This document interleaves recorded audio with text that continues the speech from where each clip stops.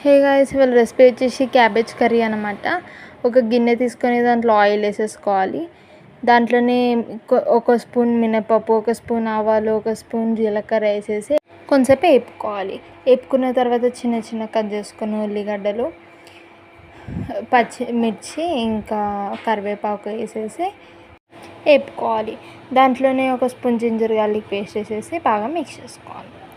Mix చేసుకున్న తర్వాత కొంచెం హాఫ్ స్పూన్ టర్మరిక్ వేసేసి దాంట్లోనే చిన్న చిన్న కట్ చేసుకున్న క్యాబేజ్ ముక్కలన్నీ వేసి మొత్తం పట్టేటట్టు కలుపుకోవాలి. కలుపుకున్న తర్వాత దాంట్లోనే రుచికి సరిపడ ఉప్పు, ఇంకా 2 స్పూన్స్ కారం వేసేసుకొని కలిపేసుకోవాలి. కలిపేసుకున్న తర్వాత కొంచెం వాటర్ పోసి ఉడకబెట్టేసుకోవాలి. దాంట్లోకి మసాలా కోసం ఒక స్పూన్ జీలకర్ర, ఇంకా 4-5 వెల్లుల్లిపాయలు తీసుకొని దంచేసుకోవాలి. క్యాబేజ్ ఉడికిన తర్వాత ఈ మసాలా తీసుకొని వెళ్ళి క్యాబేజ్లో వేసేసి మిక్స్ చేసుకోవాలి. మిక్స్ చేసేసుకున్న తర్వాత కొంచెం కొత్తిమీర తీసేసుకొని గార్నిష్ చేసేసుకోవాలి. ఈ వీడియో మీకు నచ్చినట్లయితే please like, follow, share and subscribe to my channel.